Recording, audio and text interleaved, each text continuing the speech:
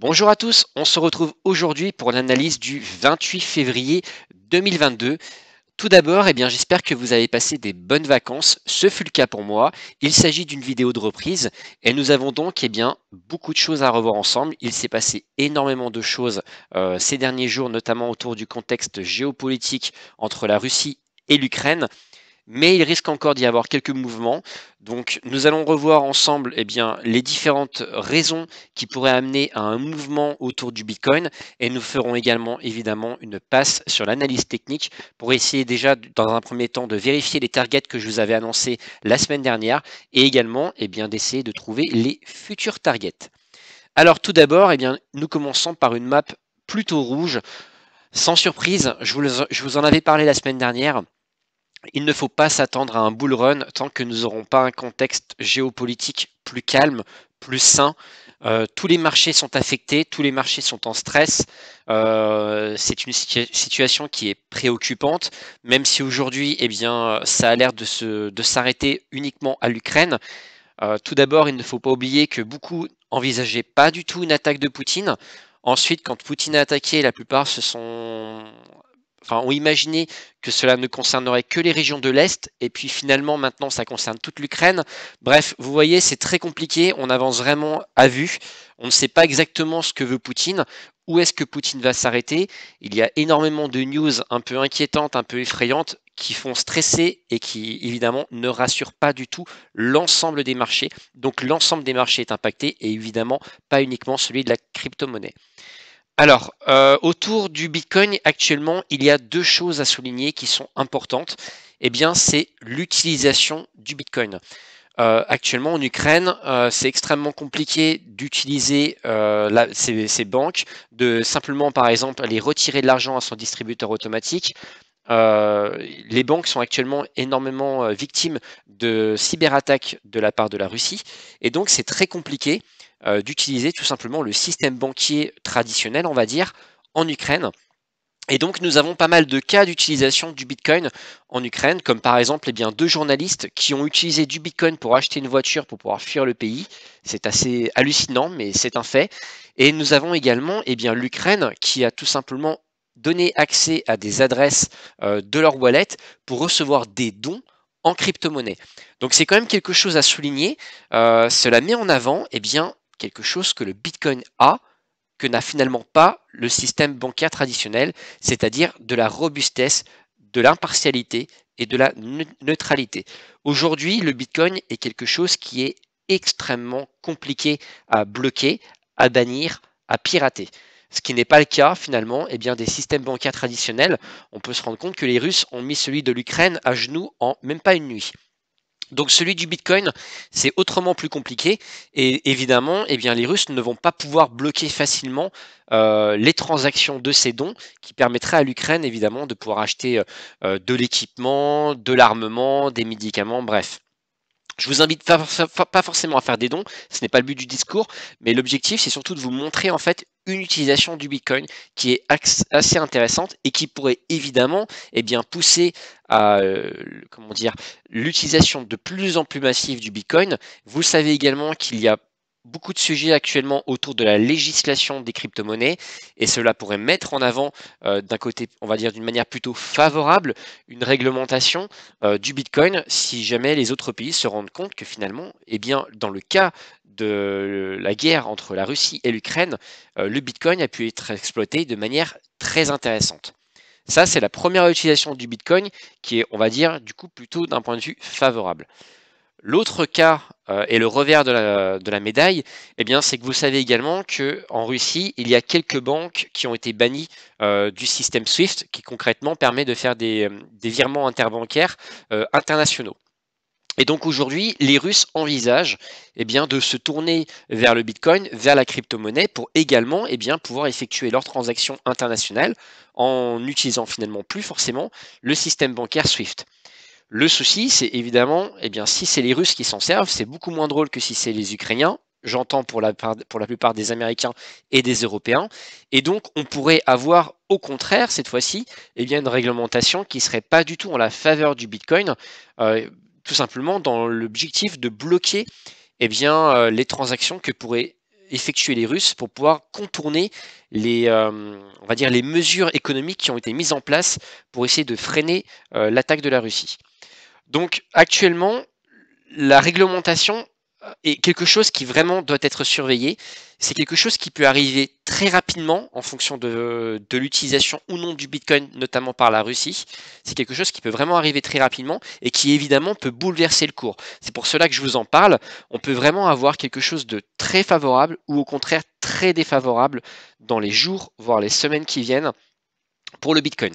Et vous le savez, si le Bitcoin prend une claque derrière la nuque, l'ensemble des crypto-monnaies le suivra également. Voilà, on a fait le tour aujourd'hui.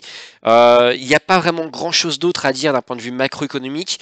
Je pense que nous avons pricé aujourd'hui la guerre entre la Russie et l'Ukraine. Maintenant, le marché est plutôt en train d'essayer de se stabiliser en attente, en fait, tout simplement de ce qu'il se passe. Est-ce que cela escalade? Est-ce que cela, au contraire, se désescalade? Aujourd'hui, nous avons un pourparler qui a lieu entre l'Ukraine et la Russie.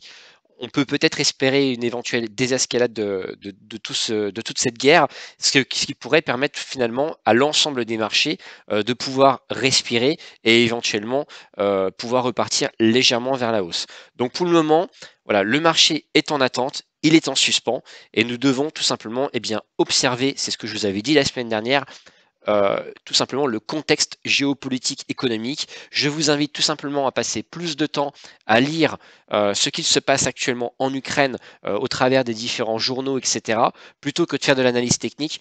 Honnêtement, vous aurez plus de chances de cerner les éventuels cours du marché qu'en essayant tout simplement de vous baser sur l'analyse technique. Alors, passons quand même sur l'analyse technique. Tout d'abord, je vous avais expliqué que lorsque nous avions cassé ce range-là vers le bas, je vous avais dit le plus probable, ce sera d'aller dans notre zone de rechargement court terme. On va se mettre en daily.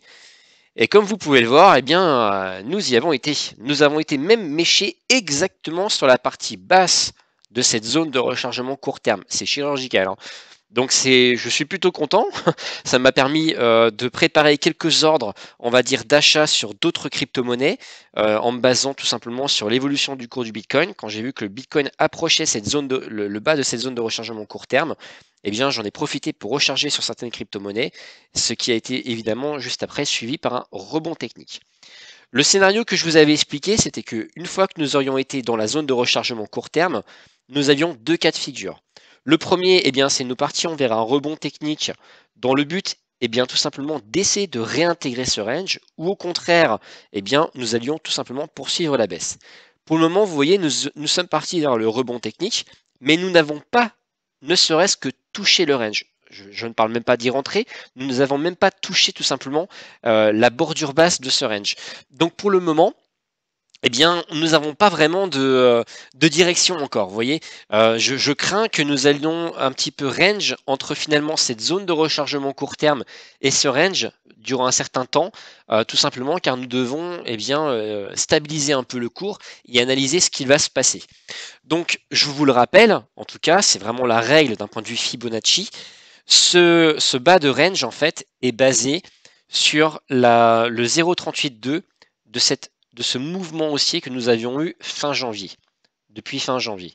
Donc concrètement, si nous n'arrivons pas à récupérer très rapidement ce 0,38,2, le plus probable sera de faire un nouveau plus bas.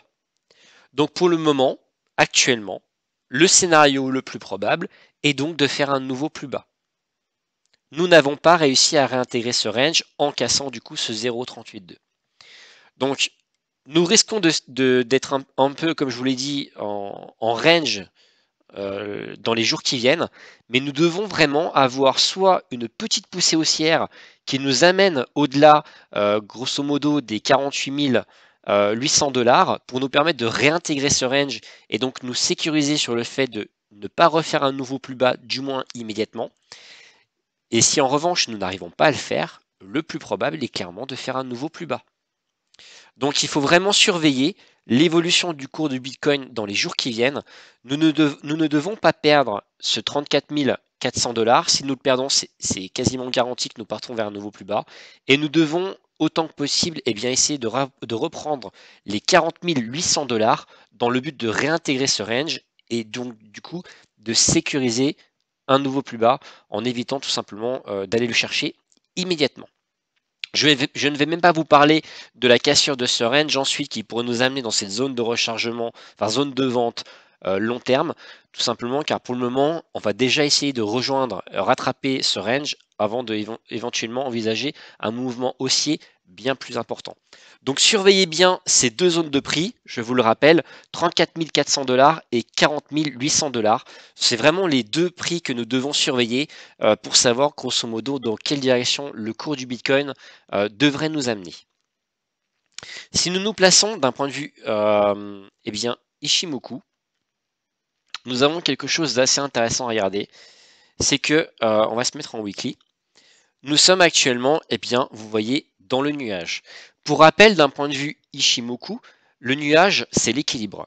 C'est-à-dire que c'est une zone de prix où nous sommes finalement ni haussiers, ni baissiers.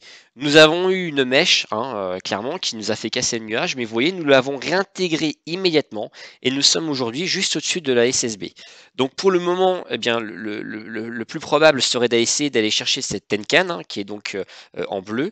Je vais essayer de zoomer un peu pour que vous puissiez mieux voir. Le plus probable serait d'aller chercher cette Tenkan qui est, vous voyez, autour des 40 200 $. Et donc concrètement, si nous arrivons à reprendre cette Tenkan, il nous suffirait de monter encore de quelques dollars pour pouvoir tout simplement réintégrer notre range. Donc vous voyez, nous avons une espèce de petite convergence, on va dire, entre les deux analyses. Donc c'est plutôt intéressant. Ce qui est aussi très intéressant, eh bien, c'est le maintien de cette SSB. Si nous le perdons, cela signifie que nous partons plutôt vers un mouvement baissier. Et cette SSB est autour des 37 400 $. Donc vous voyez, selon Ichimoku, si nous perdons ne serait-ce que 37 400 $, nous nous redirigerions vers un nouveau plus bas. Donc à vous de voir quelle est l'analyse que vous préférez, quel est finalement le prix que vous souhaitez surveiller. Ça me semble intéressant de vous présenter les deux analyses, les deux indicateurs. On a quand même quelques indications qui ont l'air de tout simplement de se regrouper et de nous indiquer déjà, comme je vous l'avais dit en introduction de la vidéo, que nous sommes plutôt en équilibre, plutôt en stabilisation. Et que le Bitcoin est tout simplement en train d'essayer de rechercher de la stabilité. Il est en attente, il est en observation de ce qui est en train de se passer actuellement dans le contexte géopolitique. Et en fonction de ce qu'il se passera, nous pourrions percer ce nuage vers la hausse ou au contraire le percer vers la baisse et nous entraîner donc du coup vers un mouvement baissier et très probablement vers un nouveau plus bas. Voilà, nous avons fait le tour aujourd'hui pour cette vidéo. Je ne vais pas eh bien, passer du temps sur les altcoins, ce n'est pas intéressant. Honnêtement, aujourd'hui, je vous invite à suivre deux choses.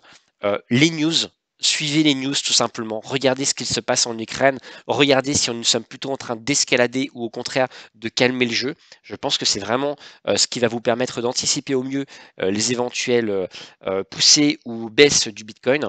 Et concentrez-vous eh bien, sur le cours du Bitcoin. Vous l'avez compris, c'est le king, c'est le roi, et c'est lui qui mène la danse sur le marché crypto-monnaie. Si le Bitcoin baisse, il entraînera tout le monde avec lui. Ne perdez pas de temps, honnêtement, actuellement, je dis bien actuellement, à faire de l'analyse poussée sur les altcoins. Toute forme chartiste qui pourrait être éventuellement extrêmement intéressante se ferait complètement annuler et détruire si jamais le Bitcoin venait à corriger, car nous avons un événement tragique en Ukraine. Voilà, merci à vous, j'espère que vous avez apprécié la vidéo. Si c'est le cas, n'hésitez pas à la like, à vous abonner pour suivre eh bien, dès que possible les prochaines vidéos. Et sur ce, je vous souhaite à tous une excellente journée et je vous dis à demain. Ciao!